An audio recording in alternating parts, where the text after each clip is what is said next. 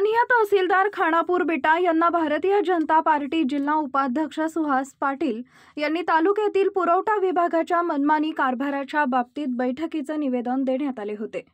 आज दिनांक 19 डिसेंबर 2024 रोजी तसेच माननीय तहसीलदार यांच्या दालनामध्ये पुरवठा अधिकारी व निवेदनकर्ते यांच्यात बैठक लावण्यात आली। या बैठकीमध्ये पुढील प्रमाणे माननीय तहसीलदार यांच्याकडून कारवाई करण्याचे आश्वासन देण्यात आले।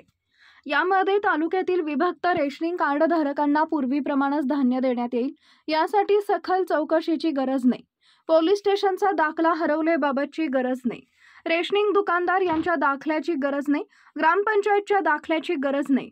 यासह अन्य नागरी पुरवठा सेवा पुरवठ्यांसंदर्भात सर्व तात्काळ देण्यात येतील असं आश्वासन माननीय तहसीलदार यांच्याकडून देण्यात आले। आज खानापूर विटाचे तहसीलदार टोपे साहेब यांच्याबरोबर पुरवठा विभागातील काही अडचणी संदर्भामध्ये त्यांच्या कार्यालयामध्ये मीटिंग झाली। या मीटिंगला पुरवठा विभागाचे कर्मचारी हजर होते आणि काही निवडक कार्यकर्त्यांबरोबर ज्या काही फील्डवरच्या पुरवठ्या संदर्भामध्ये शिधापत्रिकेतल्या अडचणी आहेत या संदर्भामध्ये सविस्तर चर्चा झालेली आहे। त्यामध्ये प्रामुख्याने ज्या अनेक रेशनिंग कार्डाच्या लाभधारकांना धान्य मिळत नाही या संदर्भामध्ये त्याचा इष्टांक वाढवून आणि त्याचबरोबर जे अपात्र उपभोक्ते आहेत अशा लोकांचा तात्काळ सर्वे करून त्या लोकांना जी गरीब लोक आहेत, जी वंचित लोक आहेत त्यांना धान्य देण्याचं ठरलेलं आहे। त्याचबरोबर की अनेक वेगवेगळ्या दाखल्या संदर्भामध्ये रेशनिंग कार्डच्या संदर्भामध्ये लाभार्थीची सशीवलपट होते, म्हणजे ग्रामपंचायतीचा दाखला आणा, तलाठ्याचा दाखला आणा किंवा सर्कल चौकशीला जावा वगैरे वगैरे। ते बऱ्यापैकी काम पेपरलेस करायचं ठरलेलं आहे किंवा तो जो लाभार्थी आहे किंवा जो उपभोक्ता आहे त्याने स्वतःचं सेल्फ अटेस्टेड दिलं, स्वयं घोषणापत्र करून दिलं, ते सुद्धा मान्य करण्याचं या ठिकाणी निर्णय झालेला आहे किंवा त्यांनी मान्य केलेला आहे।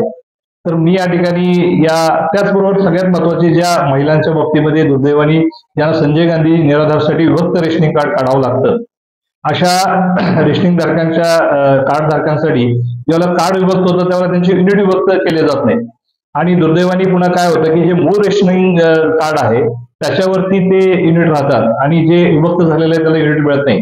तर तात्काळ त्या युनिट मागणीचा अर्ज भरून त्यांना त्याच वेळेला विभक्त कार्ड देत असताना त्यांना युनिट सह देणं किंवा त्यांना धान्य चालू करणं हे सुद्धा निर्णय झालेला आहे।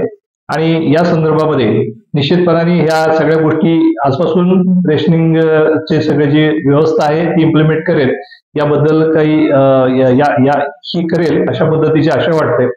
आणि मी या निमित्ताने नागरिकांनाही अशा पद्धतीचं आवाहन करतो की आपण हा जो रेशनिंग विभागामध्ये जर अशा पद्धतीने कुणी कुणाची अडवणूक केली वगैरे तर त्यांनी तात्काळ आम्हाला संपर्क करावा आणि निश्चितपणाने ह्या ठिकाणी एक पारदर्शकता आणि खऱ्या अर्थाने जो खरा लाभार्थी आहे त्या लाभार्थ्यांना सगळी व्यवस्था त्यांच्यासाठी जी निर्माण झालेली ती त्यांना मिळेल अशा पद्धतीची आशा वाटते।